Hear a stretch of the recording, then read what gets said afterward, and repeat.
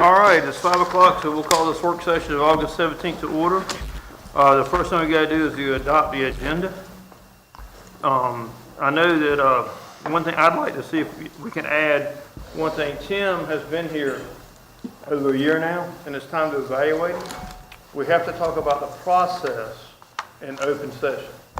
So I'd just like to add, under new business, the first item we'll do is just talk about the process of evaluating him. So moved. Okay, is there a second? Yes. All right, all those in favor, raise your hand. Mr. Mayor, I've got a couple additions. I'd like to add COVID CARES funding to the agenda under new business, funding that the city will be receiving. Okay, I also would like to add the Virginia Street and Beach Street drainage repair. okay, is there a second? Second. Any discussion? All in favor, say aye. Aye. All right, so let me go back. COVID money. COVID CARES funding, COVID, CARES. and then Virginia and who? Virginia Street and Beach Street drainage repair. Okay, And Mr. Mayor, I'd just like to make a comment that we hold our public comment to 3 minutes. that we hold our public comment to 3 minutes. Limit public comment to 3 minutes. Well, we're not gonna let anybody go more than 3 minutes. Okay. Oh, you're saying, what you're saying is don't ask questions or any Yeah. questions? Yeah, Is that what you're saying? yes. Everybody He's okay saying with what? No, He's no. saying what? Huh? What is he saying? What he's saying is when somebody, the public comment period is for somebody to come up and speak, tell us whatever they want to tell us, right? What we do sometimes is we let it go on and back and forth dialogue, which you're not supposed to do. And he's saying that he would like not to do that. That We're would be not- censoring us, and you can do that for the public. You cannot do that to us. That would be censoring us. You don't have the authority to censor us. We have the authority to limit it to 3 minutes. To limit them to 3 To minutes. you, anybody, we But don't you have to cannot, you respond. cannot censor us. We If can- I have a question, I'm gonna ask that Well, question. not if it's passes through, you're not. You can ask them afterwards. If the I council will. says you're not, you're not. I will. Whatever. I'm not gonna, I mean. So, but wait, okay, so what does our city attorney say? What is the proper protocol? Because I feel if I have a question that I would like to ask someone who comes to the podium, I should be able to do that even if it has gone over 3 minutes. The public comment rules are that they are, every how long the council has said it, so the council has said it. The way the statute reads, it's not a public yes or no or discourse period of time, there's a chance for the public to make a comment. And so, as far as the meeting itself goes, the mayor leads the meeting, council sets the rules for the meeting. So that would be how procedurally that would take place. So they've done the comment period. If the council were to vote and say we're going to limit to 3 minutes, I mean, No, see, there's something in our policy or in our ordinance that says we've allotted a certain amount of time altogether for public comment. That could be an hour, that could be 30 minutes, that could be 2 hours. So what is that number? Because if we've already decided it, we're not going to come in right now and change it because it doesn't suit someone's fancy. We're not going to do that. We've never limited the time. I think there actually is a 30-minute There limit. is a time limit. Is there? 30 minutes. 30 minutes total. Have we ever enforced it? I don't know if you've ever enforced it. I haven't seen I it. never even knew that was, I don't think we've ever enforced it. I've never enforced it. I've never seen that. It doesn't, that's the problem. We haven't been enforcing it, but I'm saying there's something that's already been established, so we can't come in here today Well, because that's someone doesn't like irrelevant it. to where you can go back and forth with the people speaking. That doesn't have anything to do with how long we speak. So now you're saying you don't want us to go back and forth, or you want us to keep it at 3 minutes? Because now we're talking about two It's different Two things. different things. The 30 minutes means that 10 speakers can speak 3 minutes apiece, right? And that would hit your 30 minutes, if that's what we were going to enforce. But if one person gets up there and starts going back and forth with me or Antonio or you, I mean, that can take 10 or 15 minutes. And I that's think they're owed that, though. I Huh? mean, I don't see why that should be a problem for anybody. If it's a resident that's coming to speak to us, why are we trying to? I have a problem with that because it turns into a campaign issue. That's exactly what it does. A campaign issue? Somebody that's running for the office in the next 2 or 3 months can be asked questions and go beyond the 3 minutes and get free campaign time. That's But where I have a our problem. mayor says at the beginning of every public comment section, no campaigning, no speaking, so that should be taken care of in his opening comments, Councilmember Broadway. I'm just saying, I didn't like the campaign, I didn't like the way it went last time, and that's why I brought that up this time. I have the right to bring that up. You sure do. I don't recall anybody All campaigning right, so last time. Councilmember Broadway has made a motion to limit the back and forth after they make their 3-minute speech. So I guess the first thing, is there a second to that? I'll second. Huh? Yes, a second? All right, is there any discussion? All right, seeing none, all those in favor of no back and forth, raise your right hand. Opposed? Okay, motion carries, and you can go back and forth, because it's 4-3. And Melissa, did you get that? Motion does not carry, correct? Right, the motion did not carry, right. Did you get who voted for what? Do you need that, Melissa? No, I got it, Okay, good. but thank you. All right. Okay, so now, I guess we'll go on to our agenda. And and also we need to go into closed session, right, Ron, for something you said? Yes, at some point, I'm not sure, did y'all vote to approve the agenda? We hadn't yet. Okay. We're still doing that. All right. Okay. All right, so, is there anything else on the agenda? Is there a motion to approve the agenda? So moved. Is there a second? Second. Any discussion? All in favor, raise your right hand. Okay, the agenda's approved. Okay. The first thing we got is, old business resurfacing. Marty?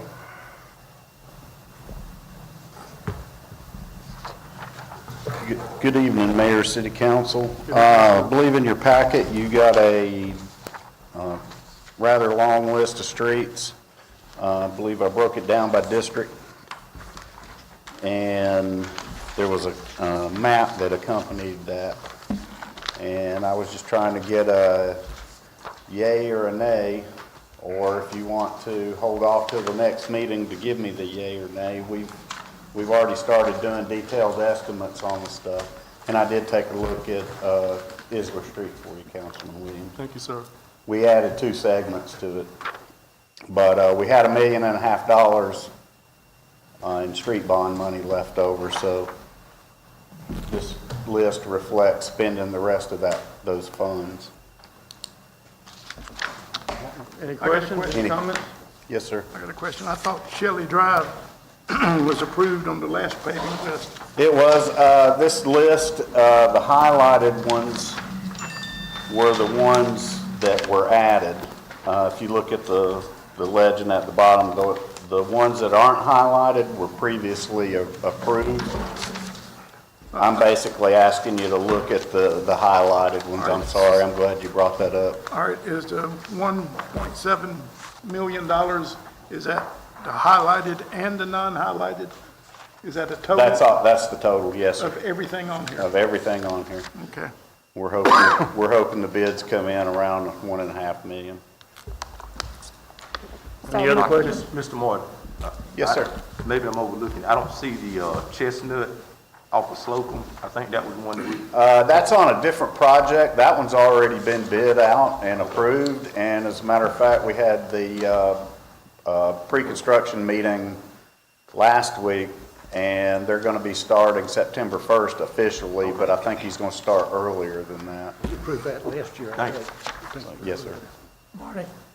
Yes. We've added the Beach Street section, but there's a section on Holly Street District 5. that is in between 2 recent resurfaced locations. It's on Holly Street? Probably about the 400 or 500 block of Holly. I'd like for you to take a look at that.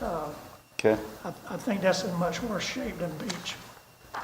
That way, we would have Holly pretty well completed if we got that one segment there.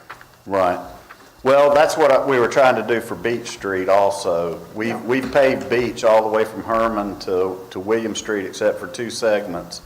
One segment has issues with the storm drainage that we want to get fixed before we pave it. Right. And then the other segment, we were waiting on the Phase 4 sewer rehab project to get done. And that's why Beach was on there. Yeah, and I agree, it does need paving, but I take a look at Holly Street and then we can talk about it. I'll do that. I'll do that. So I have a question. Yes, ma'am. You guys paved a little part of Graham Street. I think we talked about Graham Street at the retreat. Graham, It's not up here now, but you guys paved like a small little piece in front of a mailbox, and I'm just wondering, are you guys planning on going back? Because that entire street, I think, could use a lot of TLC, but I did see you guys came out maybe a couple weeks ago to cover up a small piece there on Graham Street. And I'll take a look at it. Yeah. okay, and can you also look at Hart Circle? Park. Hart, I know these masks, H-A-R-T. Oh, Hart. Hart Circle, okay. Thank you. Yes, ma'am. Anything else on paving? All right, so you good, Marty? I'm good. I guess you were gonna have Virginia Street and Leslie Street storm drainage on new business? Yeah. Do you want me to go ahead and go Yeah, you can go ahead and do it, that's fine. ahead and do Yeah, that? go ahead. We do have that in our current year budget, and right now, I'm the only engineer, so I'm trying to get people hired, but we are gonna be putting together a project to do both Virginia Street and Leslie Street in this fiscal year. I know Virginia Street has been talked about a good while by Councilman Wills, and you've been out, and other members of the city staff have been out to the Beach Street property. But with these rains that we've had recently, that whole opening has grown, and now families of raccoons and possums are inhabiting it, so it's not getting any better. Okay, well, I'll get to it as soon as I can. Which one on Beach Street? He's talking about Leslie It's Street. actually Leslie. The interest is on Leslie, but it's Jimmy Neese's property. Correct. All right, anything else? Wait, 1 second, sir. So, Marty, you want council to approve this list now, or are you going to come back after reevaluating these other issues? I think I need to come back after evaluating these other Yeah, issues. be sure we got the before right number. They give me a Okay. yay. Thank you. Thank you. Thank you. All right, so next we got Tim's evaluation. And basically, all we got to decide tonight is when we're going to do it and how we're going to do it. And the how means, there's two things. We as a whole council can evaluate him, or the council can form a committee and let the committee evaluate him. My assumption was each council member would want their own evaluate or be a part of that. If that's different though, y'all just need to tell me. Well, I think the last evaluation we had, when we had Manager Scott Stevens here, all of the council actually had their input. Yeah. And we did it periodically, so we didn't have a quorum. We had, I believe, it was me and 2 other members, and then we had the other members do it as well. So, Well, I mean, to me, it is what it is, and we all just go in there and we can all do it. I mean, if somebody has a problem with that, then we can break up. But I mean, I don't know why. I don't know if it was, Ron wasn't here at the time, so I don't know what Ron's stance would be, our city attorney, pertaining to us all meeting for evaluation. Well, if we do that, we're going to have to do it at a regular meeting in closed session to actually have the actual discussions of the review itself.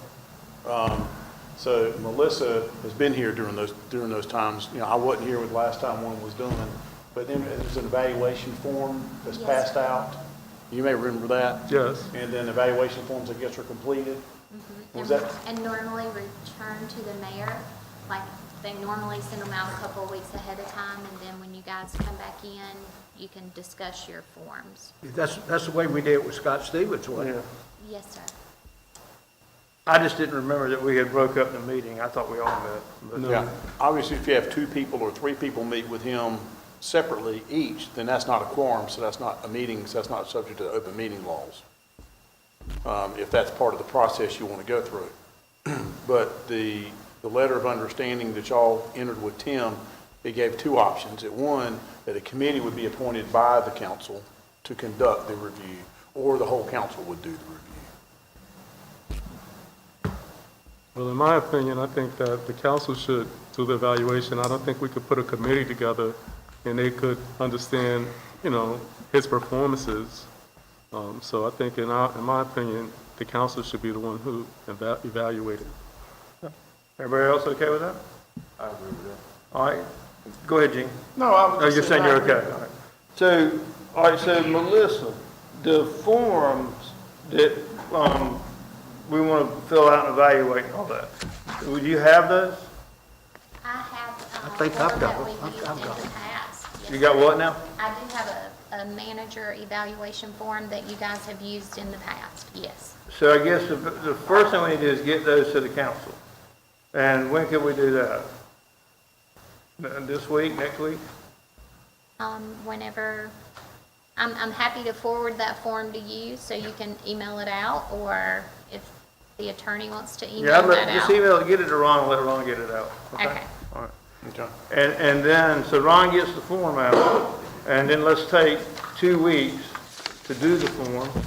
So let's do the evaluation, the first meeting in October. Would that make sense to you? In September or October? Well, no, the first meeting in September, you won't have it already.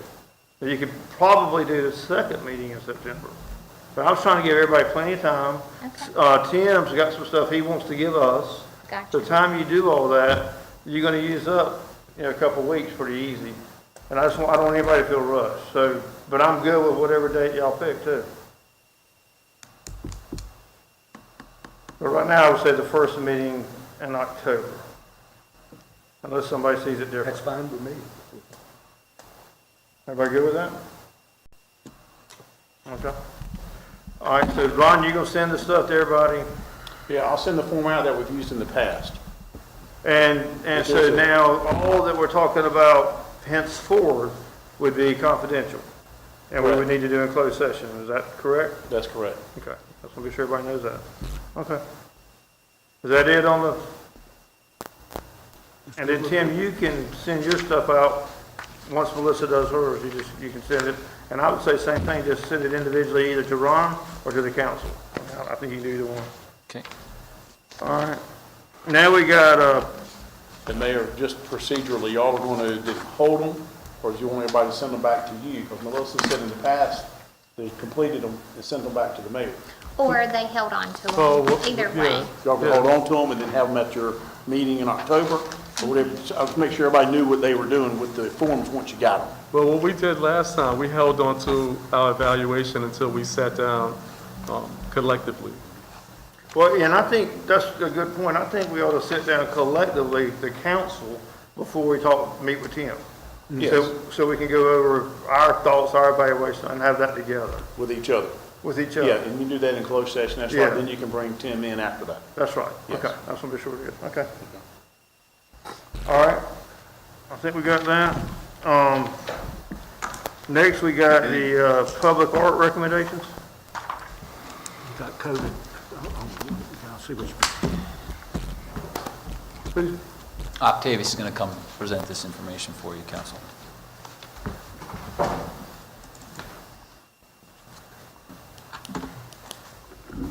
Good evening, sir.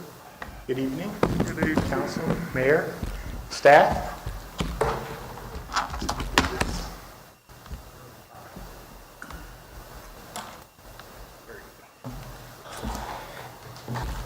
Tonight, I will present the 2020 Public Art Selection Process. The process starts with Center Street Design and Roundabout, a public art selection for Center Street. We'll discuss the lease agreement, we'll discuss the selection process. We'll also discuss the application process for the 2021 PAC, which is Public Art Steering Committee members.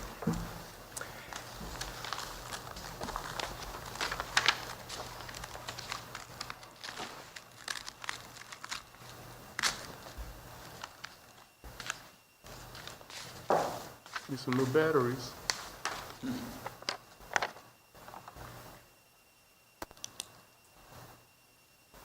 So from an agreement standpoint, the 2020 Art Committee is represented by, as recommending tonight. Okay. From an agreement standpoint, the PAC Committee is recommending 9 sculptures. That's a change from last year, and we'll get into that in more detail. But it's important to know that in the budget process, those 9 pieces of art were included in that. And know that the time frame for this art is 1 year. It's consistent with what has happened throughout the years. The budget for the art is $20,000 and an additional $5,000 for the consultant. Here you go. Don't worry about it.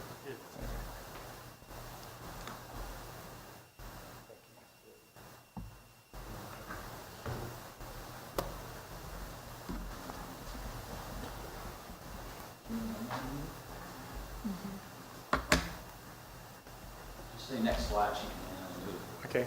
All right, so next slide. Well, I tell you, go up one just to make sure where I am. All right, right there. So next slide. So the second part of the process is the call to artists. The call to, the consultant set out 111 communication pieces throughout the country. Of those 108 pieces, 61 responded. So we actually had 61 pieces of art to choose from in the process. So the process to select the committee, the process to review the art, and reduce that art to a short list, and then we had a public input period. Next slide, please. So these are the individuals who represent the committee, a total of 25 people.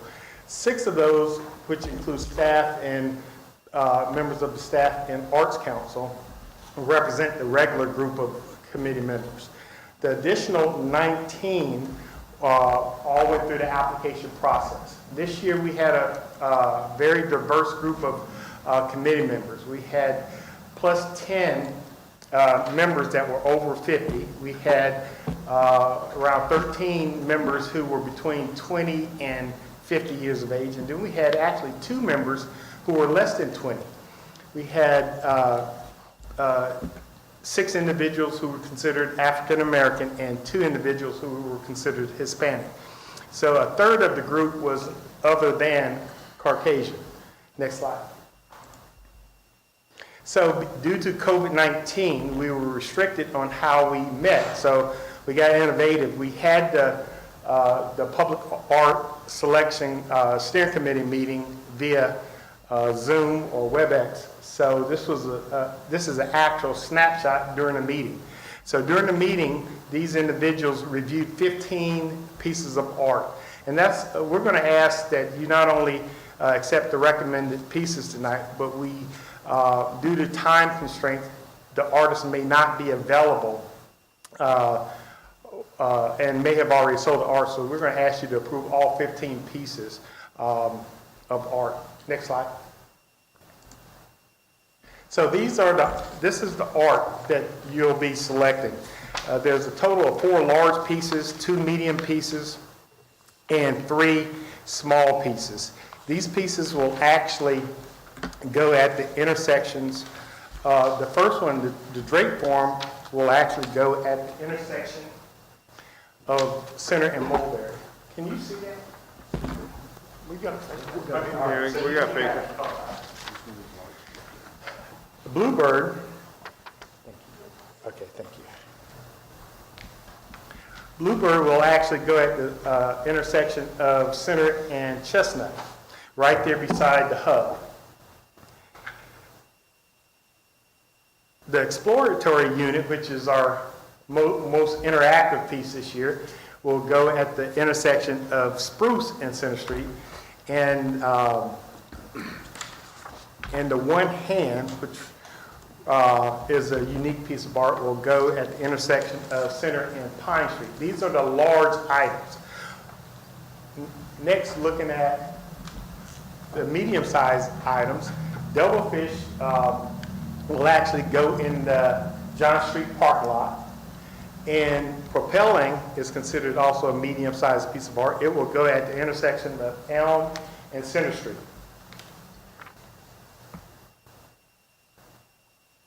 Process will be centrally located in the medium right at 100 North Center Street. The next piece, Arrobat 3, will go at the 300 block of South Center Street. High Rise will go at the 400 block of South Center Street. So we go from an environment where you have 4 sculptures to 9 from Ash to the end of Elm with the extension of Center Street. So from a timeline standpoint, the committee is asking for your approval tonight on, again, the 9 items. Before we go from here, once you approve it, we'll notify the artist on the 24th. Contracts from the artists are due back to the committee on the 31st of August. Once we get the contracts back, then we'll be ready for the installation process in October, mid-October. Any questions? I do have a question. Okay. So the consultant fee of $5,000, has that already been spent? Because it seems like we've already decided what sculpture we're gonna use, so. No, sir, it has not been, the funds have not been allotted for it. I think we made 2 payments to date. So at this point, if we've already decided what sculpture we're gonna use, is it necessary to even pay a consultant? Oh, I'm sorry, ask that question again. I'm sorry. Since we've already decided pretty much on the sculptures that we're gonna use, as shown in the presentation, is it $5,000 necessary to even pay a consultant? Oh, absolutely. The consultant process is more than just, well, the selection process came from the committee, the steering committee.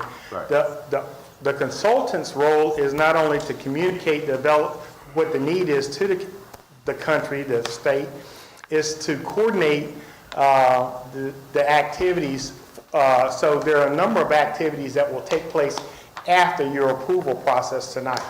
Okay. So yeah, he's only maybe 40% through his approved contract. So there are more things for him to do.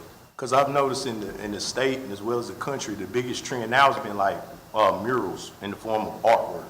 Other cities have done like I guess geocaching type deals where they're having to identify locations. And I think just from a constituent standpoint, you know, people are seeing the sculptures, seeing how much is being spent. But if you have I guess a mural from my perspective, a mural that's affixed to a building that's a permanent fixture, that's something that we'll spend less money on.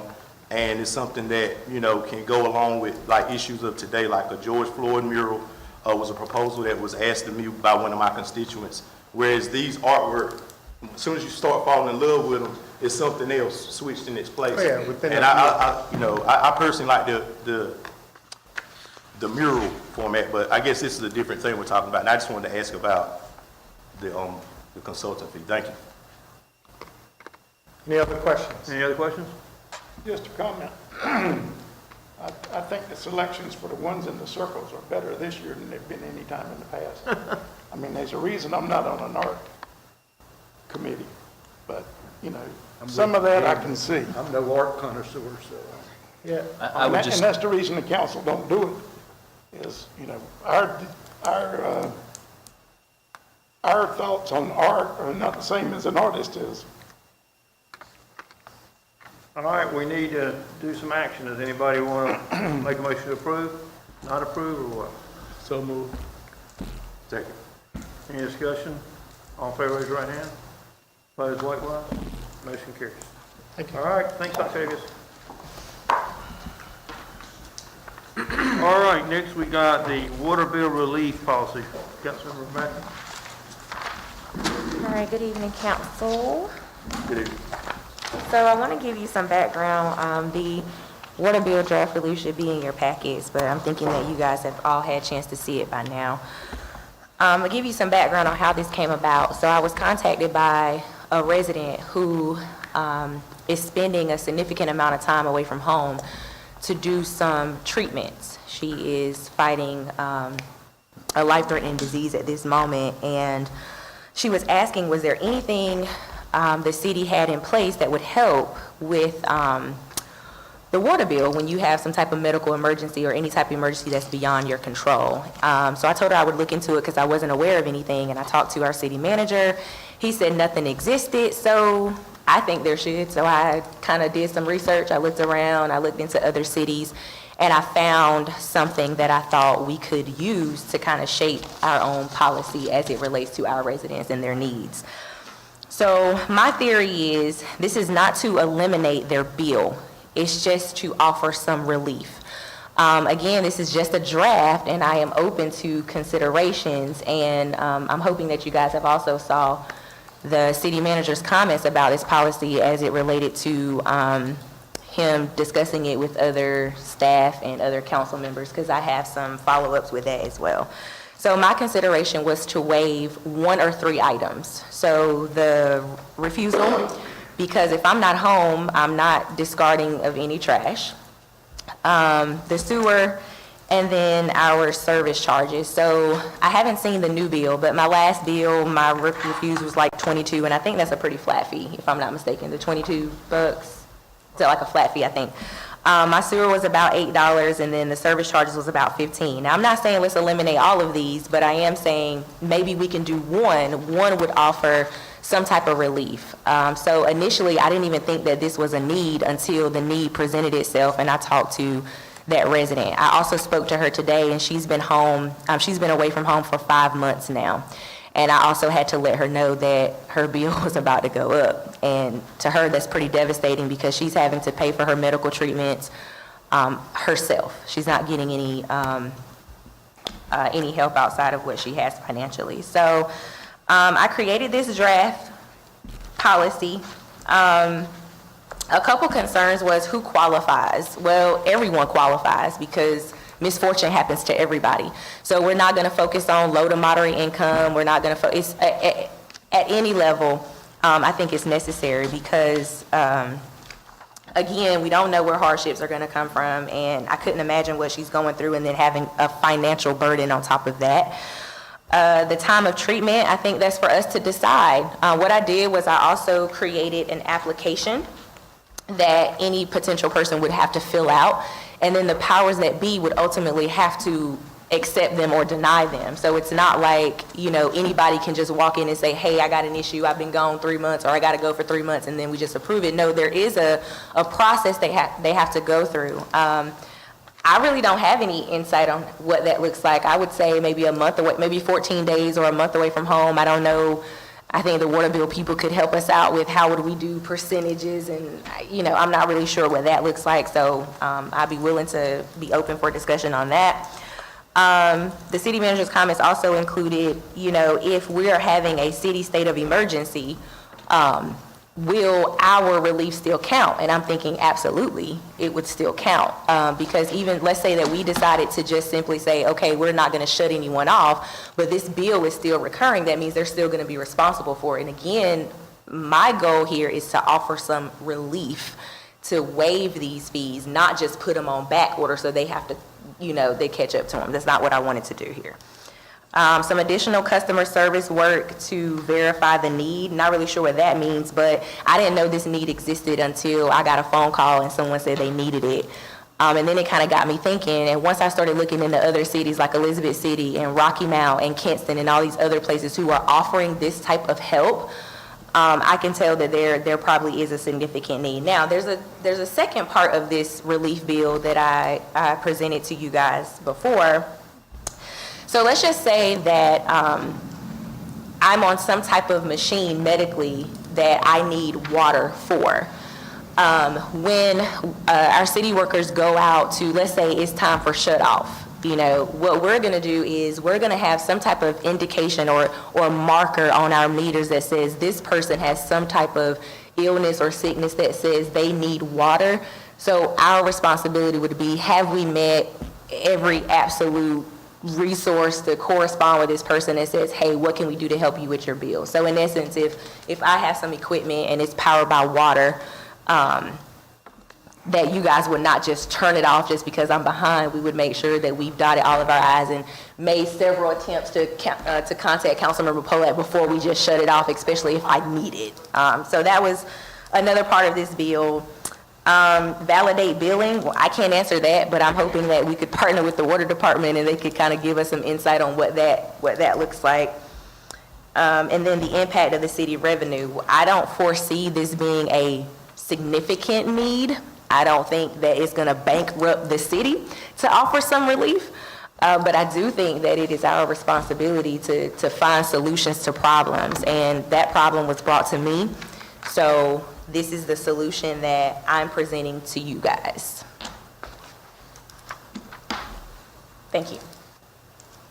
Well, I think this First is, off, and Ron, you tell me if I'm wrong, because I could be wrong. I don't think we can waive anybody's water bill. I mean, I don't think we can do that legally. Is that right or wrong? Well, not the bill part, and I don't think Councilmember Matthews said that she wanted to waive the bill with the No, charges. no. It was just like disconnection fees or reconnection fees or service charges or something like that. Yes. If they were to come in and they have to present the note, look, I'm gonna be gone, or their family member comes in, they've got some attestation that the person has been in the hospital or been in a long-term care facility, and can they get the water turned off for some period of time?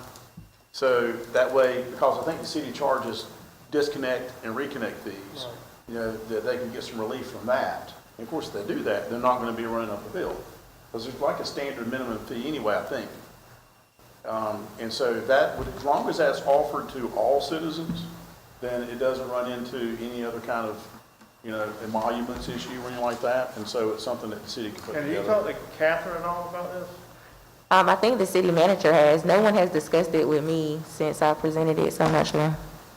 It says it would be to be determined as far as the financial impact, so I'm not sure if they have discussed Because I that can't further. remember when we talked to her, but number two, you know, there's all kinds of groups, Wages, Salvation Army, United Way. I mean, there's all these people that are already doing health stuff. And I wonder if that's a way to try to get this in there too. I don't know, I'm just asking. So, but my thing is, and I agree, there are some organizations doing some phenomenal things, but what is the city willing to do? The city, us. And I think if we don't have that type of policy, then I think it's necessary that we create, even if it's not this in particular, because I want us to talk about it and work together to create something, but I think it's necessary that we have something in place because this is a problem. Again, it may not be a significant problem, but I think it's our responsibility to do and to help our residents and create solutions for problems as they arise, best we can. Best we can. I think that you did a great job, Thank you. putting this together. I think it's definitely a need I've ran into in my past years as a councilman. I've had constituents that couldn't pay their bills, and we had to figure some things out. Yeah, we have entities that would help, but it's time consuming, where we can kind of fast track the situation until we can get these nonprofits to come on board and help with these payments or pass-through payments. I think that this is a policy we should implement. And I agree, I don't think that it's going to affect the city. We produce the water, and I think that it's not going to do anything that's going to harm us. I think it's just going to show the citizens that we do care about them, and that's why we were elected to care about them. If I can chime in, I think at any rate, this also, the form you came up with at least serves as an artifact for people with, chronic health conditions, especially during the time of the pandemic, and especially with the increase of the water rate. Some of these people might have been hospitalized since the time we've gone up on the water bill. So I think this alone serves as an artifact that we can make sure that people aren't just coming out the blue with health conditions, because there are people that have been hospitalized since our decisions as a council. So any way we can help kind of defray some of the costs on these individuals, I'm all for it.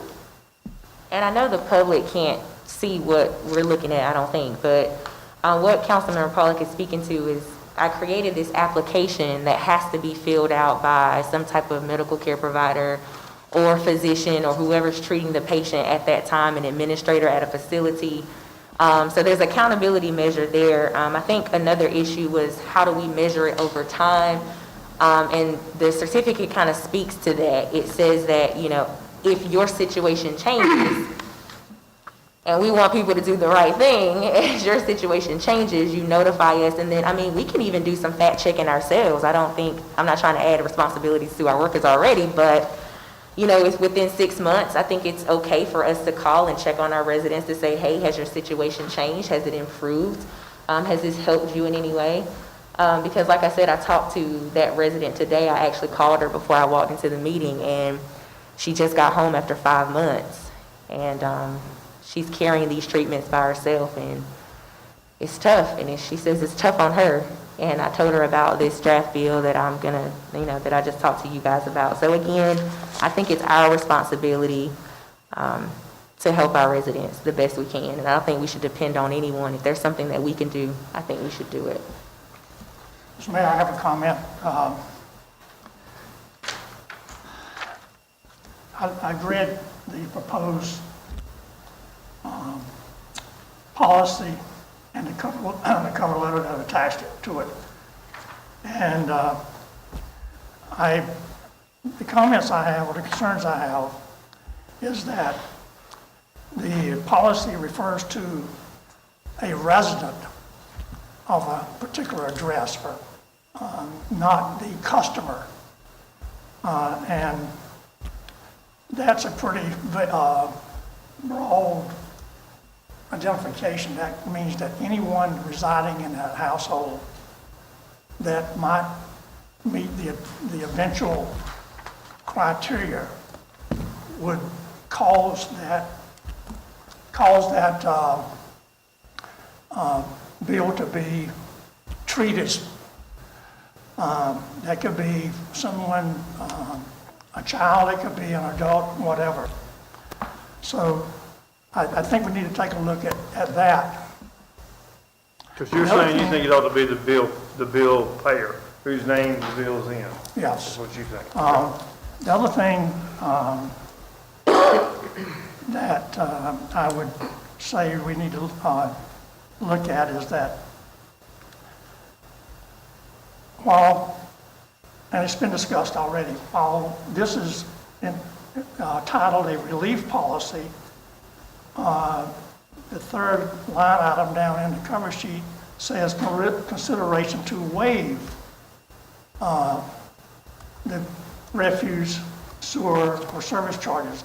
Waiving and relief, in my mind, are two separate things. If you give relief, you can, in fact, waive, that could be considered zeroing it out, waiving it, not charging, etc. I think we need to define, or if we're talking about a relief or a waiving. And when we talk about relief, what's not mentioned in this, and I understand this is a draft, it's not the final, but we haven't talked about the methodology, if we're talking about relief, the methodology of how to compute that relief, i.e., we're not talking about, or it doesn't speak to the mathematical percentage of the reduction of relief. And we don't talk about in this the period of relief. A pure what? The period of relief. A period. Is there a definite time? Is it months, years, or whatever? And I know I'm going to get criticized for taking this approach, but I want to be very clear. I'm trying to look at the policy, not the people in this. The other thing that has been mentioned by Ms. Matthews here is the manner in which these policies, if they were adopted, would be tracked or authenticated or whatever. It's one thing to say... Because I think you're ahead of the whole thing in your thinking, because this is just simply her, in her mind, trying to come up with a starting point to help people, right? I understand that. And so to me, if the council is in theory okay with our idea, then the next step would be to develop a plan with Ron, get Catherine in here, and whoever, and let's come up with a more solid plan, which is what you're wanting. So none of what I just said has any bearing on what the future plan will be. But, Councilmember Ham, thank you for your concerns, and I would love to hear your solutions to those. However, some of the concerns that you had, I already addressed just now. In terms of, if I have a sick child, God forbid, in my home, who is having to go into the hospital for an extended period of time, well, given the pandemic now, I don't know how much access I would have to my child, but given that I would spend as much time with my spouse, with my child, with my mother. So I don't think saying, of course, a 16-year-old kid is not going to be the customer. They're only going to be the recipient of the customer in that household. And I don't think it's fair to say, oh, well, my kid is sick, so the relief doesn't cover my kid. I think it should cover the household. As long as there is a customer within that home and these items are not being used, because again, you have to remember, we have a certificate that says, that's been authenticated by a medical care provider that says this person is away from the home. They're not using this particular service. Now, we read the meters and they're using it, then we've got a problem. We're not going to waive a fee that they're using. May I say something? I Sure. apologize. I just want to chime in pertaining to what you were getting at. It may be somebody in that household that is sick, even though they're not on the bill. However, the caregiver has faced hardships because they're taking care of these individuals. So we cannot disregard the fact that they aren't on that bill. And so if this person is a caregiver, then we should still make the exceptions. Doesn't matter, again, if they're on that bill. Doesn't matter if the individuals live in that household. They need to be appropriately taken care of. I don't think it's going to harm anything by us just having this put in place. You may not even have to ever use it. So that's just my... Mr. Mayor, I'd like to see the draft policies from Kinston and Rocky Mount. I'd just like to see their policies and get some idea, and our finance people can do that, of what it costs and what it costs to administer. That's all I want. Well, you would need to look at Elizabeth City, and I'll be glad to forward that information to you myself. Kinston and Rocky Mount, what they're actually doing is their light bill and water bill is actually combined, and they are offering relief programs to that. I'd just like to see that. I'll be glad to send it to you. I mean, we can. But Kinston and Rocky Mount are both electric cities too. Yeah, so their the way they do customers things pay are one different thing. than how we would do them. Yeah, so I can't really model what I'm trying to do based off their program because we're different. But if everybody's in agreement that they like the idea, then we just need to go another step. Well, I've done some initial research with staff, and as was mentioned, you cannot legally waive or reduce the fees. It's a form of rate discrimination or an emolument. But you can authorize subsidies from your general fund if you want to fund such a thing like this, and however you describe it. The thing is when you turn off your services, your trash and your water, there's a $20 reconnection fee. So basically, you've got to save more than $20 to make it worth it, and under whatever conditions you describe. So I have a question. Ms. Matthews, Councilman Matthews, you stated that the staff initially discussed this with the council. Who's the staff? Because no one talked to me as a council member. No, it wasn't discussed with council. It was an internal staff review when Councilmember Matthews brought it up, talked to the finance director, talked to the community relations director, and, what opportunities for wages or the Salvation Army that's out there that could help with some of these bills. There's some funding associated with that. There's even COVID-related funding that they're getting, that someone who is of low to moderate income could get this funding to support their requirement. But we wouldn't influence how they get that, who qualifies. We would just be leaving it up to them to use the funds we've been giving them. So, As Councilmember opposed to Williams, starting a separate program, but it was discussed with some council members as well. Again, I'm going to go, and like the mayor said, this is just an idea. Councilmember Ham, you had a lot of rebuttals, and I would love to talk to you about some of your solutions to how we answer some of your questions. Like I said, this was brought to my attention, and the city manager said this type of thing did not exist. What I'm hearing him say now, for the first time, is that this can't even be done. The way this is written is what it kind of sounds like. No, because- you can't just waive the fees, but you Okay. can create a subsidy which pays for the fees, as I understand it. And we can Correct? create a line item, put $10,000 in it, and pay this out of that. I mean, we can do that. So, and that's probably what we would end up having to do, something like that. So is everybody fundamentally okay, not okay, with moving and trying to see what the next step is? I'm okay with it. I'd like to see us come back to this within 2 weeks. Bill? I just want to see what the other people are doing. Well, that means you're okay to move? Todd, okay. Randy? You're obviously okay. David? Okay. All right, so what we need, but we got to leave clear directions now. You didn't ask Mr. Huh? Councilmember. I'm fine with it. Okay. No, well, I mean, we had 4, so it didn't matter what he thought right now. What we need to do is leave clear directions with Tim on what we're trying to do for the next step.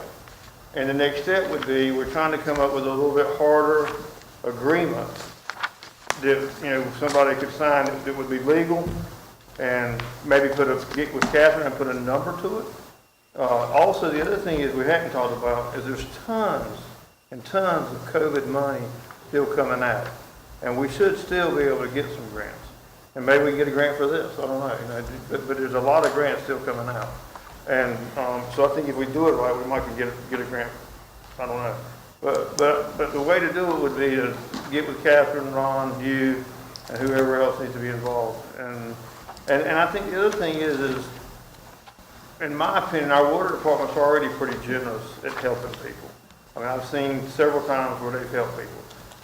So, how does this affect that and all that too? I mean, we just want to be sure, because at the end of the day, somebody's going to have to pay. I mean, we just got to be sure we're not hurting our future. Does that make sense? And how long will it take to do that? I think we can have it ready by next council meeting, Okay. with some staff, All right. further input on it. All right, good deal. Everybody okay with that for now? Yeah. Fine with me. All right. You want to do the Parks and Recreation support for Wayne County Public Schools? It looks like she was on cue.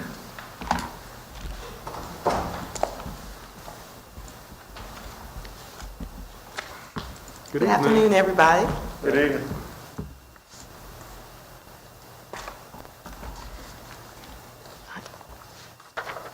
Is the clicker working? I had heard earlier the clicker, it is working now? Okay. So I'm here before you all this afternoon to discuss with you how Parks and Recreation may be able to assist with remote learning for this upcoming school year. As I'm pretty sure you all are aware, Wayne County Public Schools, for the most part, started back today. You had a couple of schools that started back last week, but the schools that started back today are starting back with remote learning. And during this state of emergency, the Wayne County Board of Education, they can contract or partner with outside agencies to provide off-site remote learning facilities.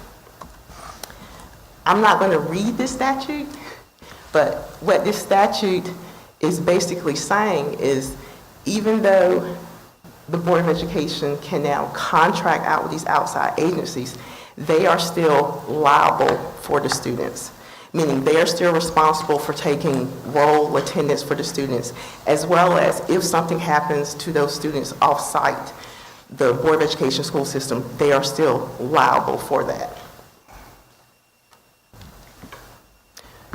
So with that, I wanted to present to you all some options for remote learning. And the reason why we have these options is because you have the Child Care Commission that's appointed in the state of North Carolina, and they regulate child care. So Parks and Recreation, we are not a licensed child care facility. In order for us to offer day-long child care, summer camp care for kids for the duration of the school year, we would need to enter into an agreement with the Wayne County Board of Education, which will allow us to offer this type of childcare being a remote facility, because we'll be doing it for more than 4 hours a day. There was an emergency rule change by the Child Care Commission that does allow the Board of Education to do that, but like I said, they're still liable for whatever happens to the students. Wayne County Board of Education, they have up on their website that, if there are any agency that is, looking to have this agreement with them, that we have to present a proposal to them, and they're of course looking for agencies that are already established child care activity givers, activity facilities that may not be licensed, which is us. But if for some reason we can't have an agreement with the Board of Education, there are still other options out there that we as a Parks and Recreation Department can also do. And that's another reason why I wanted to come before you this afternoon. So we can provide after-school activity, or day-long childcare activity for students through the end of October. That's the second bulleted point. And the reason we can do that is with the Child Care Commission, they list several exceptions to facilities that require facilities to have a child care license.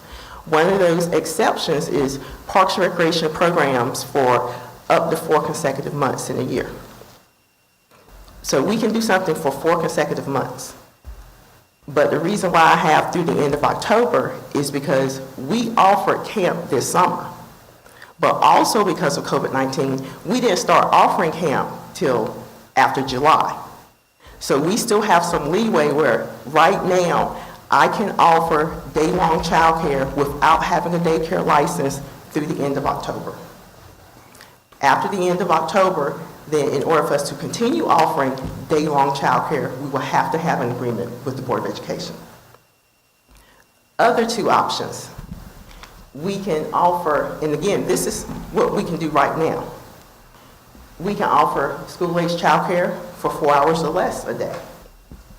We can offer 2 4-hour blocks of school-age childcare a day.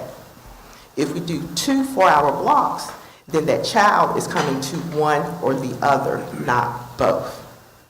So they would either come to the morning session or the afternoon session.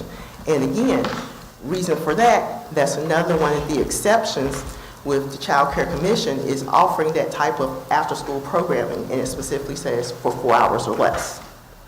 So again, the bottom 3 are things that we can do right now, but depending upon what the school situation is, if they go to whether it's Plan B or Plan C, you're going to still have some remote learning days. And one way that we can assist our citizens here in Goldsboro, as well as other agencies, because we're not the only one looking to do something like this, is these are the options we have before us. And of course, the facilities we're looking to use are W.A. Foster Center, T.C. Coley Community Center, even Herman Park Center.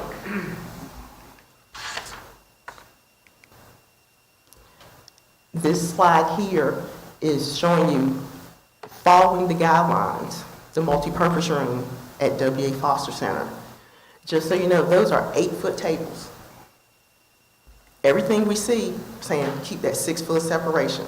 Those are 8-foot tables separated by at least 6 feet, a chair on either end.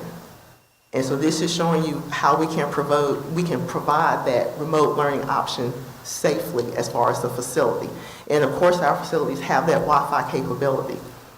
Early on, speaking with personnel from the school system, I know the school system is working on getting Chromebooks, laptops, technology like that out to the students that need it.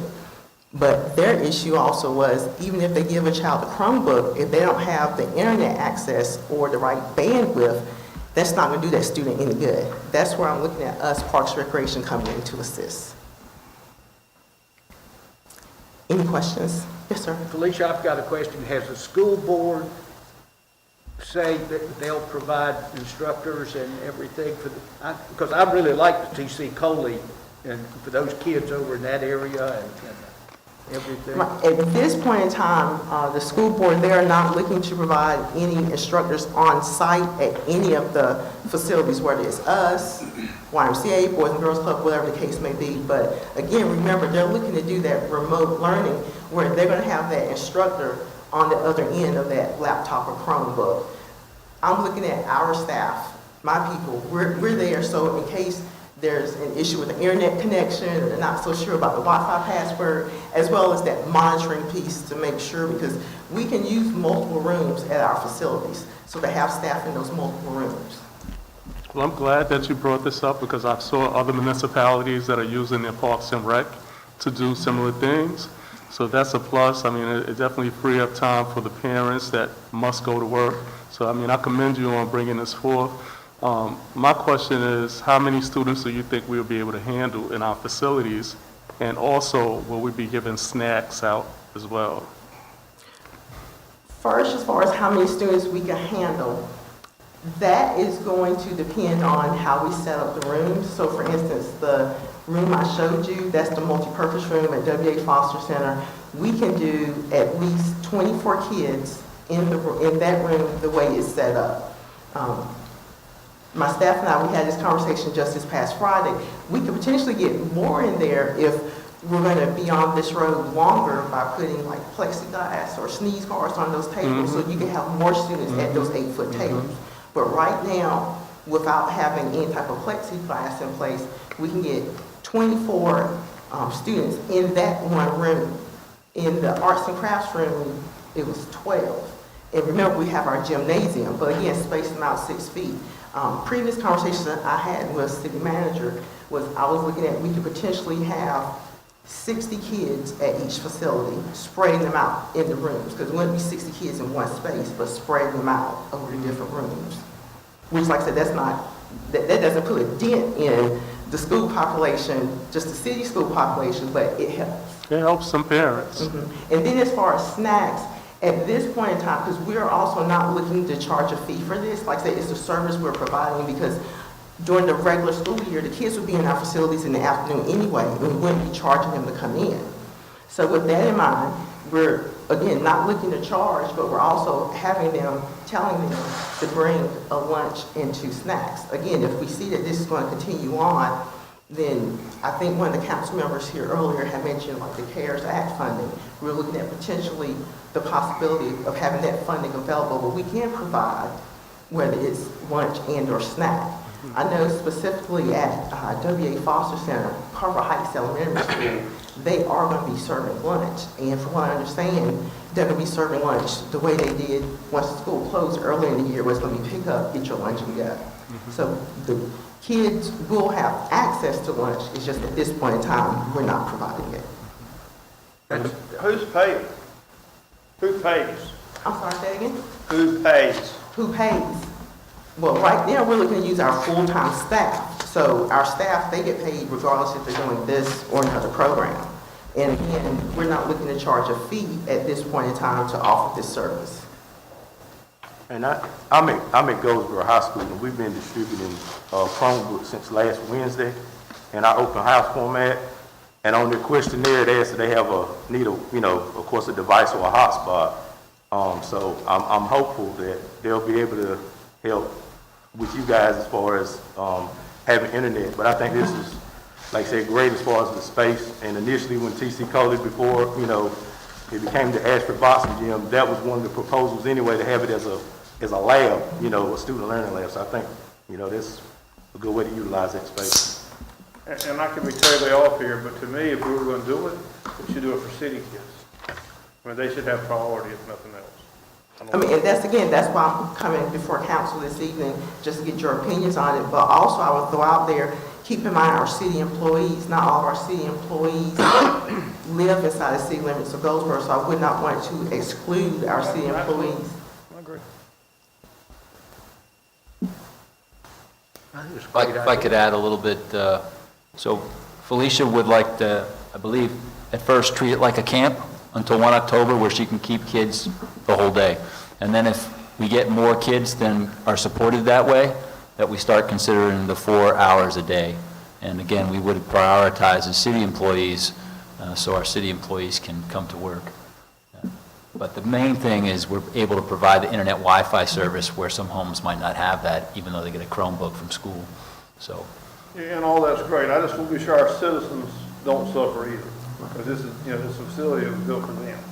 So I want to be sure that we don't forget them either. I mean, and we've also had discussion as far as, because when you look at city employees versus citizens of Goldsboro, we are smaller in number. So even identifying a specific facility such as Herman Park Center for city employees, and then the rest of the citizens of Goldsboro can take advantage of either W.A. Foster Center or T.C. Coley.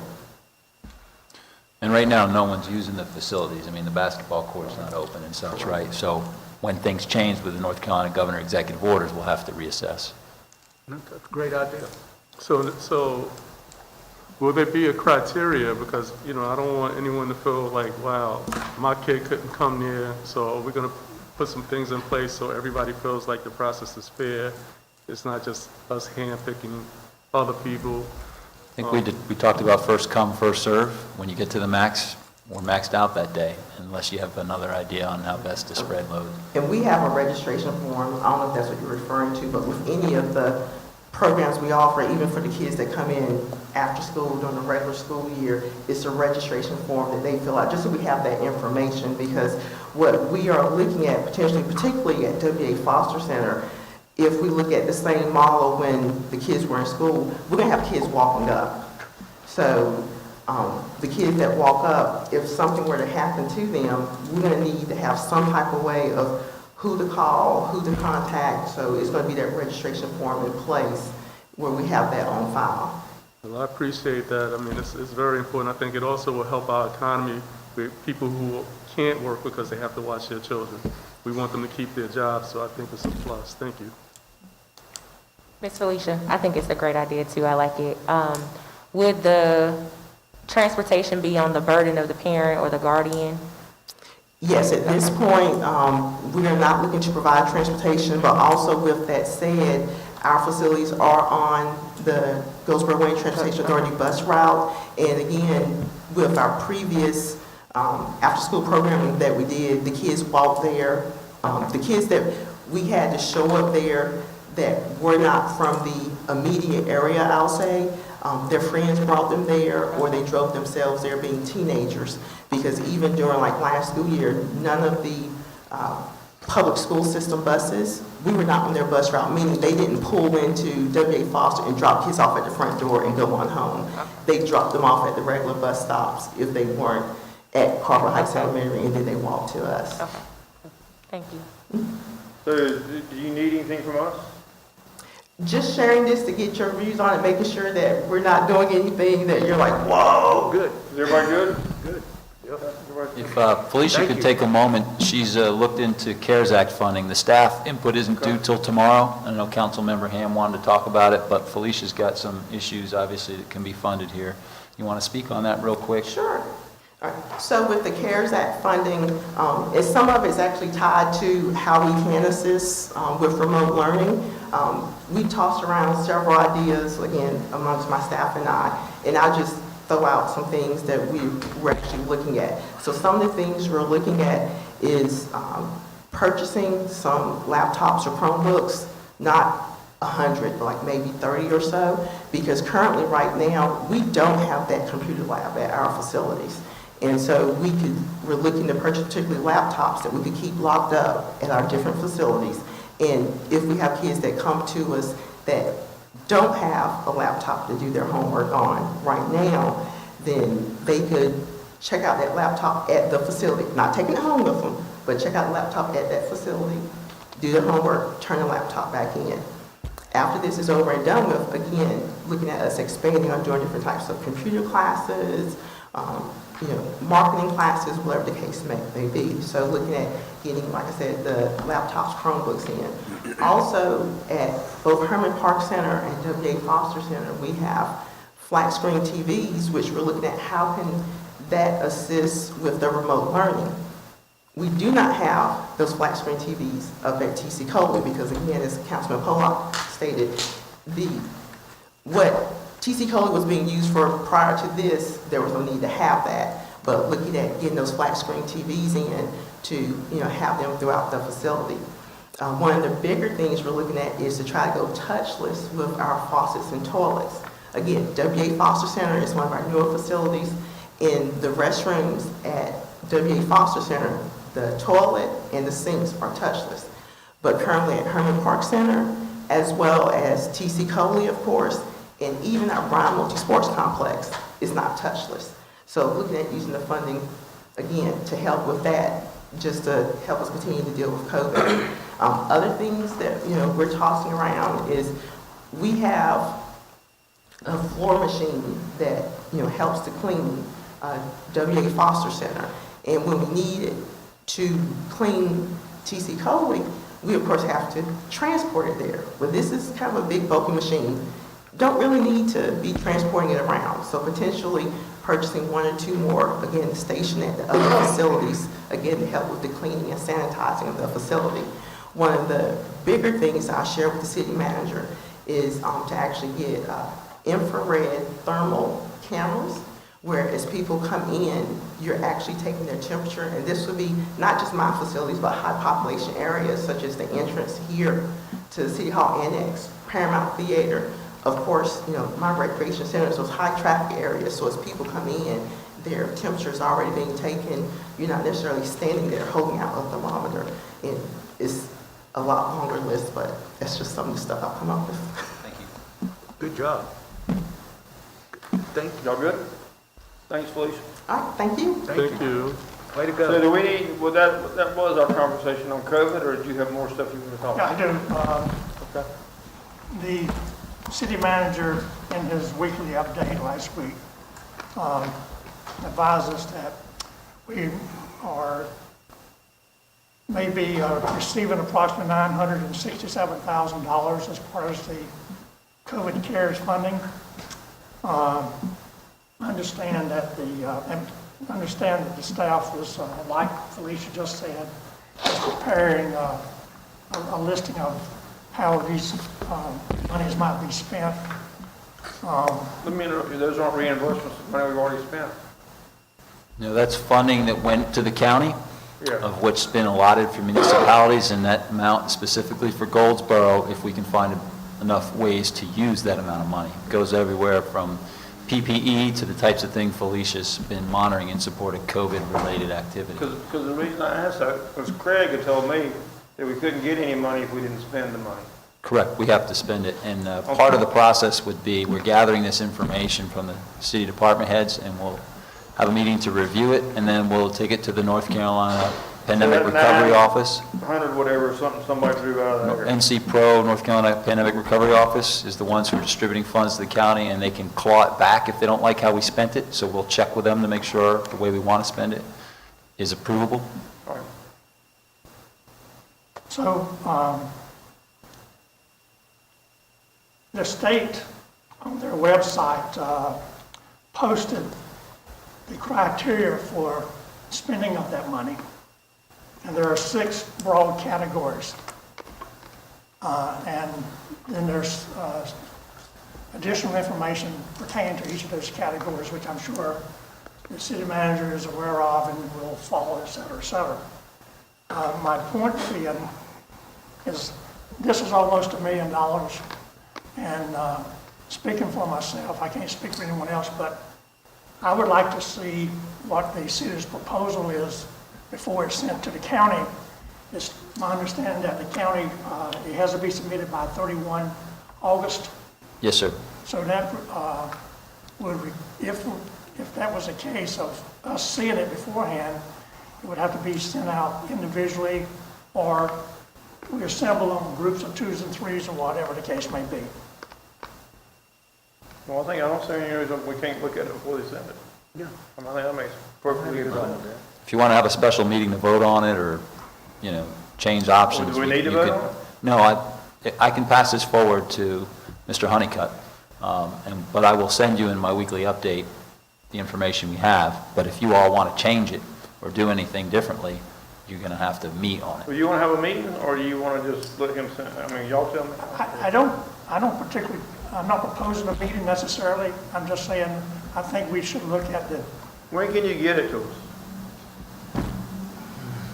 I think, I don't know if I can get it to you by the end of this week, because staff's going to have to work on it a little bit more, but certainly by the end of the following week, which would, Well, Tim, let's do the 31st. You yeah, I gotta give know, us some time I now. know, I know. All right, the end of this week, we'll get you a draft. Yeah, I think that, And then you'll have 1 week to help us make a The decision. next week if we had to, right? Okay, So if you can get us a draft by Monday. Does that work? yes. Mr. Mayor, as Felicia went over her items that money might be spent for, certainly there's, in this 6-item list, there's sanitizing stuff, but I don't see anything in here that speaks to laptops and wall TVs and stuff like that. Octavius, you want to take the stand? He's been doing the research and coordinate with department heads, so he may be able to give you a little bit more Okay. feedback. That's an excellent question and observation as well. When, under education, acquiring computers to facilitate that process would be an eligible expense.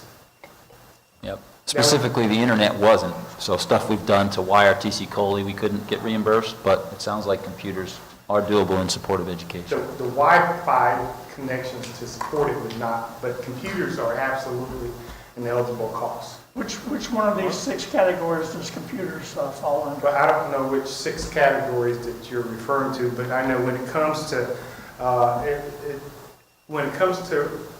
costs associated with COVID-19 or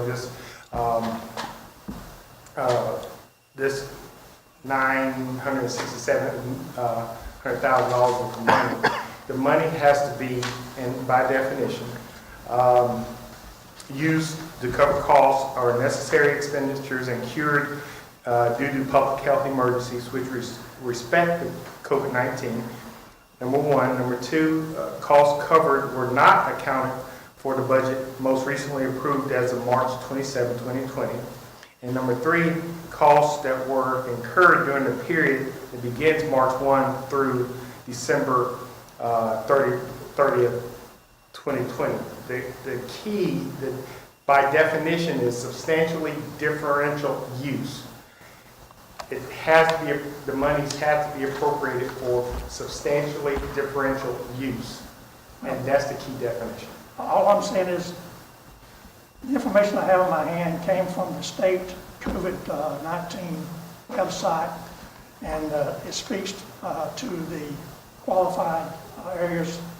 And I'm not opposing that. I'm just saying, let's don't spend our time submitting justification for expenses that are going to be disapproved. Oh, absolutely. I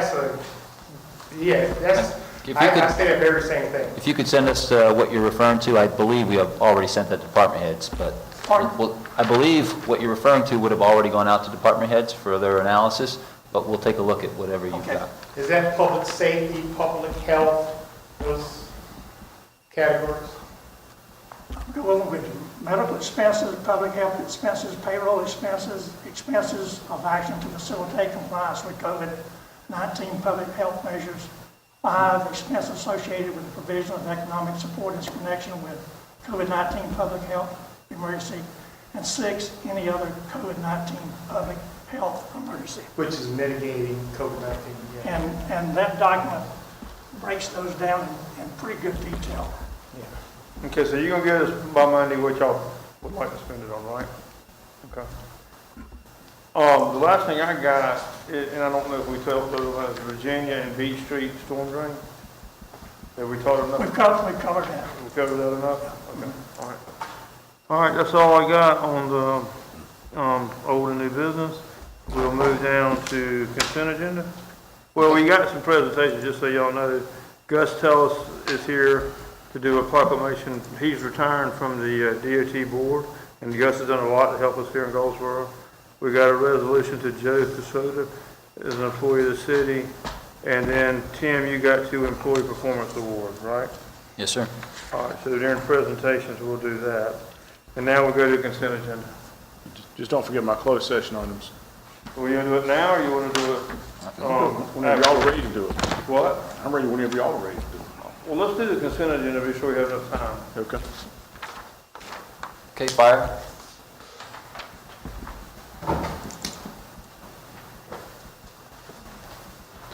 Good afternoon. Hello, I'm Chief. sorry, good evening, everyone. How are you?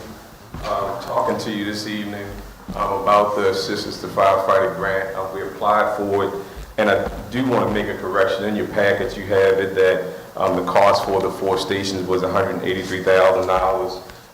And then the city, with a 90-10 split, the city would be paying $18,000. You actually add those two. The total cost for refurbishing this, for adding this to the station is going to be $202,000, $202,083. So it's $183,000 that you see in the discussion piece, as well as the $18,000 that's requested of the city. So what I did is, most of you have, certainly read the packet. I just put together so you'll see exactly what we're talking about, a little presentation.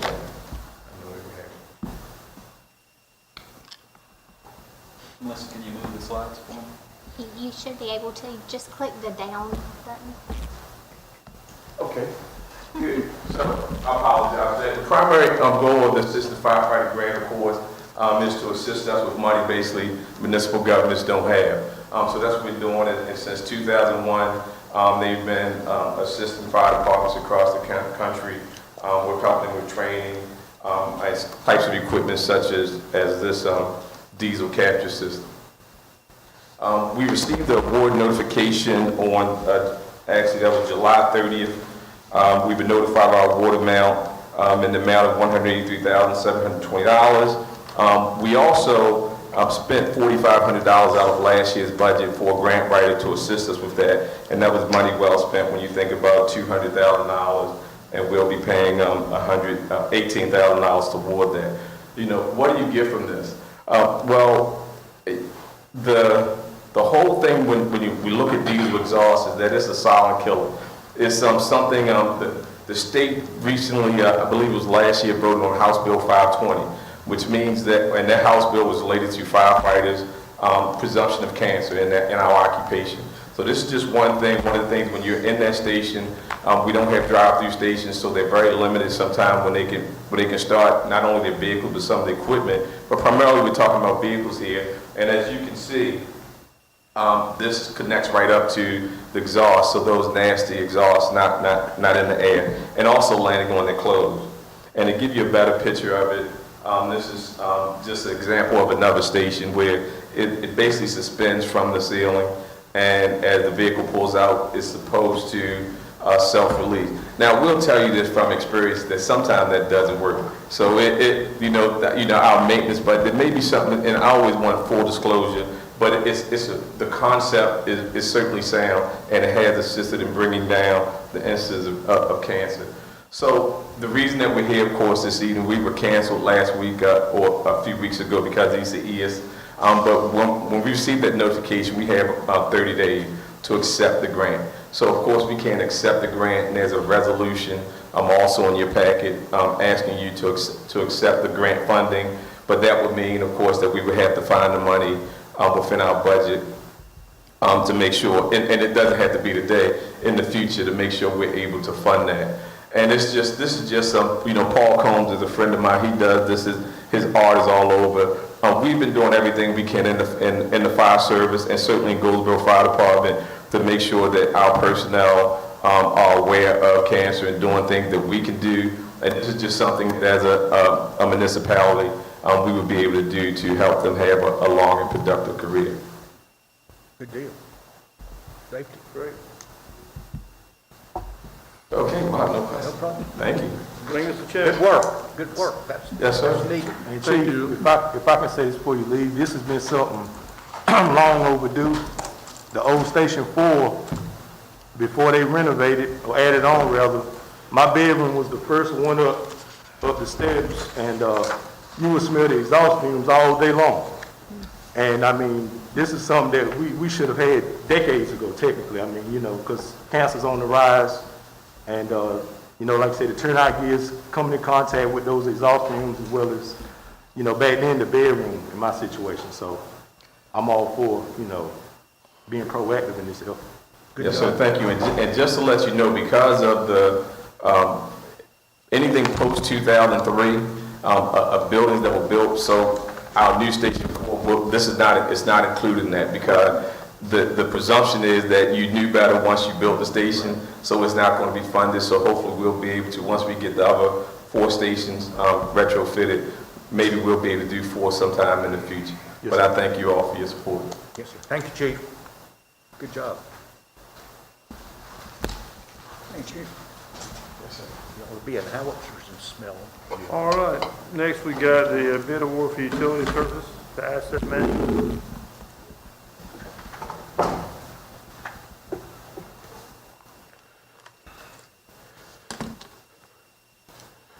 Good evening, Mayor and Council. I've got item F, which is acquire the real property interest required by the Department of Engineers for the 1135 Weir project. On June 3rd, 2019, the public partnership agreement between the City of Goldsboro and the U.S. Army Corps of Engineers for the Neuse River Goldsboro Section 135 project modification for the improvement of the environment was executed. As the non-federal sponsor, the city is responsible for the real property acquisition to support construction for this project. All of the costs associated with the acquisition of this project are creditable towards our 25% non-federal part. The city of Goldsboro conducted a survey and appraisal of the temporary staging area and entrance and egress to acquire the temporary land for a construction period of no longer than 18 months. The city has allocated monies in this current year's budget. The selling price of $23,000 will be presented to Marmac Aggregates LLC for the city to acquire this temporary land. It is recommended that the City Council approve the attached resolution authorizing the mayor to execute a contract with Marmac Aggregates LLC not to exceed $23,000 to acquire the real property interest required by the U.S. Department of Army Corps of Engineers. I just want to be clear, we're buying the land. We're buying the land for a temporary period of 18 months, and that's just, we have to have this egress And and they get it interest. back? Yes, we're basically purchasing the right of way for 18 months, and then they get it back. So we're basically leasing or renting it from them for that period of time. It's the rent. Well, it's in a mine, so that's what it was thought to be. The typical period to rent the land was 180 days, and this is 3 times 180 days. And that's why the appraisal went up times 3. Any questions? All right, we do the next one? I have item G, which is the bid award to Utility Services Incorporated for the asset management and professional maintenance firm for 4 water storage tanks. This project provides a 10-year professional asset management maintenance program for the 4 elevated storage tanks in Goldsboro. This program will provide asset management addressing all of the needs of our potable water storage tanks, including the engineering and inspection, safety, structure, sanitation, security, and coatings. Asset management will extend the life of our water storage tanks, eliminates the needs for emergency repair funds, and creates a sustainable budgeting solution to spread these costs over the next 10 years.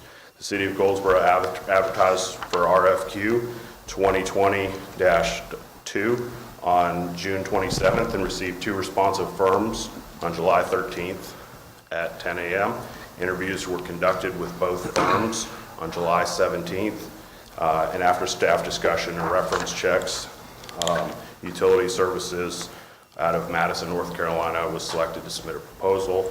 The proposal that was received from Utility Services for these services in the amount not to exceed $489,000, $757,000 in each of the first 3 years, $186,000, $340 in the years 4 through 7, and $121,178 in years 8 through 10. The city has allocated $500,000 in its current fiscal year 2021 budget for the first year of these services, which includes the rehabilitation and painting of the new Hope tank. It is recommended that the City Council approve the attached resolution authorizing the city manager to execute a contract with Utility Services Incorporated not to exceed $489,000, $757 in each of the first 3 years, $186,340 in years 4 through 7, and $121,178 in years 8 to 10 to provide services for asset management and professional maintenance services for the 4 tanks. Is there any questions? Is this the same company that did the work down the block? Yes. Okay. Any questions? Everybody okay? We'll move to item H.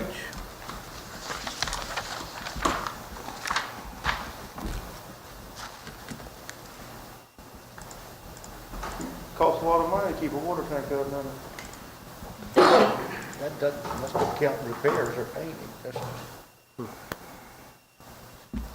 Good evening, Mayor and Council. Item H is CU 520, Mr. Copeland, located at 110 East Mulberry Street.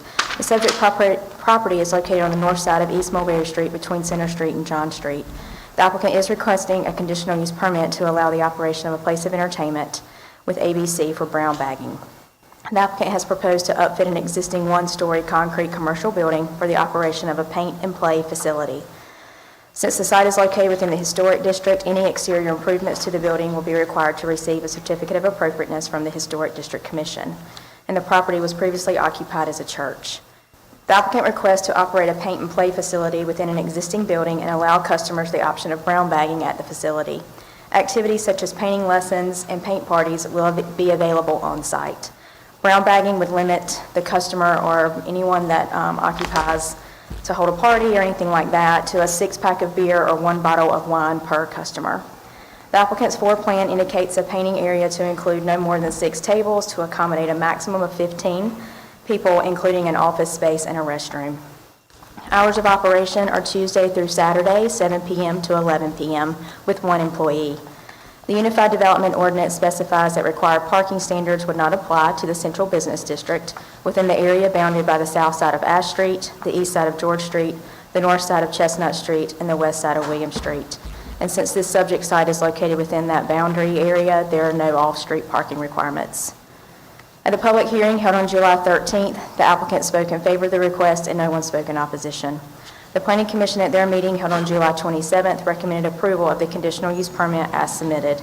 It is recommended by motion accept the recommendation of the Planning Commission and adopt an order approving the conditional use permit for operation of a place of entertainment with ABC for brown bagging within the historic and general business district zoning districts. Any questions? Any questions? All right, we'll move on to I.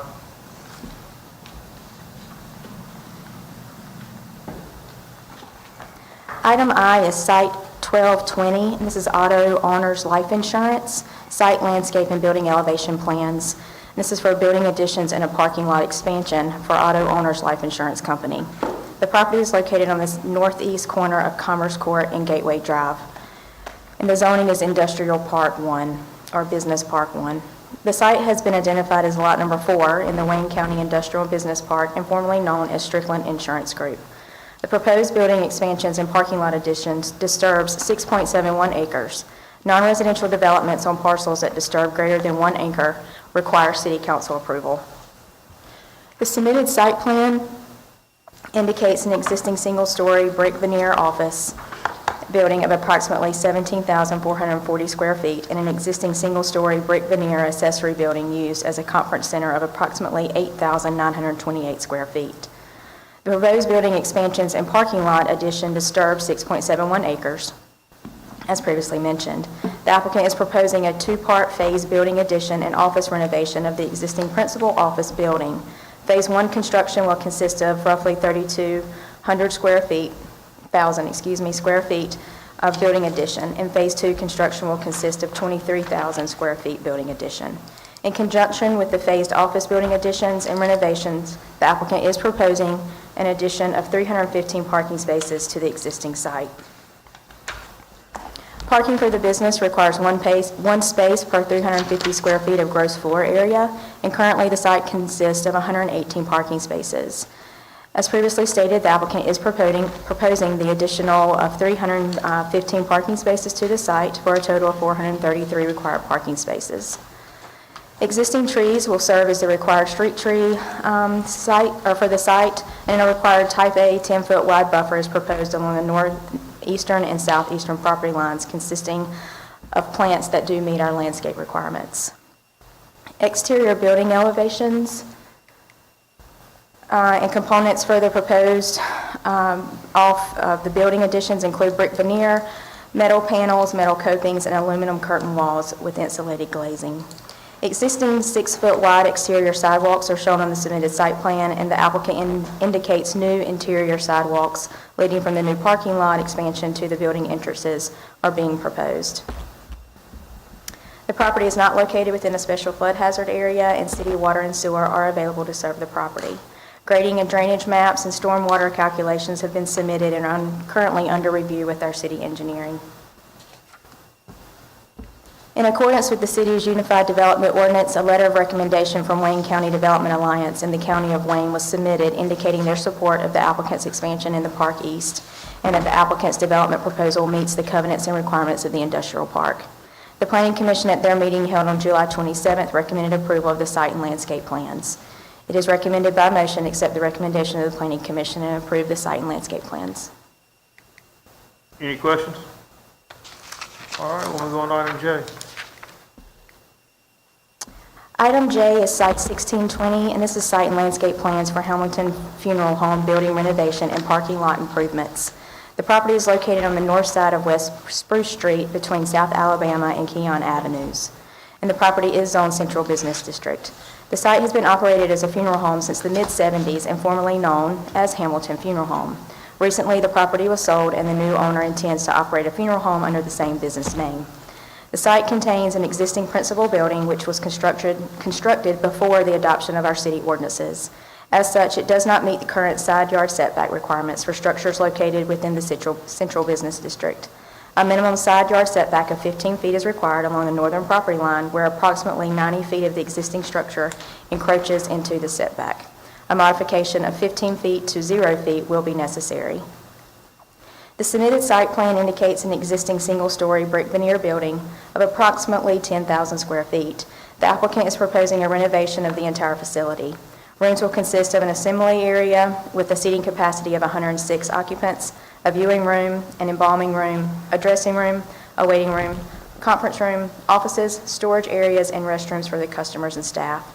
In conjunction with the renovation of the entire facility, the applicant is proposing the reconfiguration and design of an existing parking lot that will accommodate a total of 28 spaces.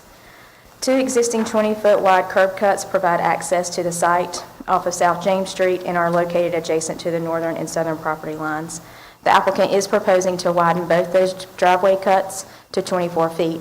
In addition, the applicant is proposing to provide a 24-foot wide access aisle that connects both access points to the new parking lot located at the front of the facility. Parking for the business requires 1 space per 5 seats or 1 space per 50 square feet of floor area in the main assembly area, whichever is greater. Currently, the site plan indicates 28 parking spaces. 32 spaces are required. Staff is working with the applicant to ensure compliance with the city's parking requirements. New street trees are being proposed to serve as our street tree requirement, and since parking is within 15 feet of the public right-of-way, a vehicular surface buffer will be required. The site plan indicates that the buffer will consist of appropriate plant materials to meet those requirements. Required Type A 10-foot wide landscape buffers are required along the northern, western, and southern property lines. The submitted site plan indicates buffer yards will consist of appropriate plant materials to meet the landscape standards along the southern property line. As previously stated, due to the structure encroaching the side setback, the northern property line for approximately 90 feet, that required Type A buffer cannot be installed, so a modification is necessary. And existing vegetation will serve as the required buffer along the western property line. Exterior building components of the proposed renovation include brick veneer walls and columns with insulated glazing. 4-foot and 6-foot wide interior sidewalks are shown on the submitted site plan, and existing 5-foot wide exterior sidewalks are located in front of the facility along South James Street. The property is not located within a special flood hazard area, and city water and sewer are available to serve the property. And just a reminder, the applicant is requesting the following modifications: a side yard building setback, a Type A 10-foot wide landscape buffer along the northern property line. The Planning Commission at their meeting held on July 27th recommended approval of the site and landscape plan with the requested modifications. It is recommended by motion accept the recommendation of the Planning Commission and approve the site and landscape plans with the requested modifications. Any questions? All right. We'll move on to K. At the work session on July 13th, council voted to abolish and remove the T.C. Coley Community Center Advisory Board and the city's Code of Ordinances due to the Parks and Recreation Department overseeing the building. Staff recommends council adopt the following entitled ordinance, amending Chapter 32 of the Code of Ordinances, removing Section 32.329, the T.C. Coley Community Center Advisory Board from the Code of Ordinances. Any questions? All right, we'll move on to item L. Item L is adopting an electronic records and imaging policy for the city of Goldsboro. The city of Goldsboro utilizes modern electronic technology to efficiently and effectively deliver service to the public and document the city's operations. The city would like to transition to a more paperless digital system to reduce required storage space and to provide easier access to documents. To ensure these records remain accessible over time, established guidelines are needed. The electronic records and imaging policy reflects guidelines established by the North Carolina Department of Natural and Cultural Resources, and all public records as defined by North Carolina General Statute 132-1 would be covered by this policy, which includes permanent and non-permanent records.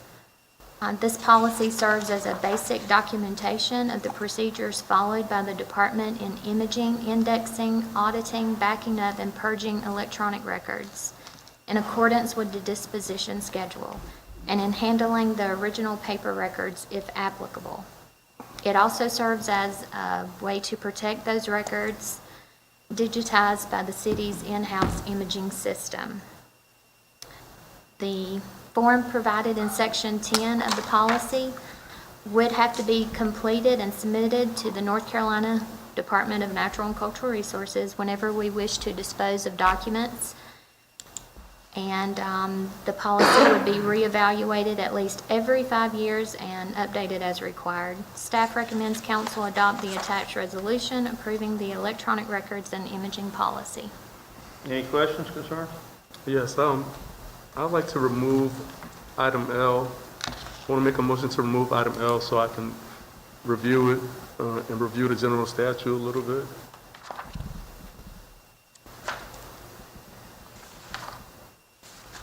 Is there a second? Is that a motion? That is a motion. yes. Second. Is there a motion and a second to remove item L? Any discussion? All those in favor, raise your right hand. Opposed? You voted yes. I know you voted yes. Okay, so the motion carries 4-3. Item L will be removed. And then Melissa, I'll just put it back on for next time, okay? Okay. Thank you. All right. Department reports you can look through kind of on your own. Ron, how long is your closed session going to take? I can take 5 or 10 minutes, it's up to y'all. Well, I mean, you got 10 minutes at the most. All right? We need a motion to go in closed session Make for a motion to what? go in closed session. For what? Personnel, right, It's litigation. litigation. And personnel conduct, but litigation, yes. Or potential.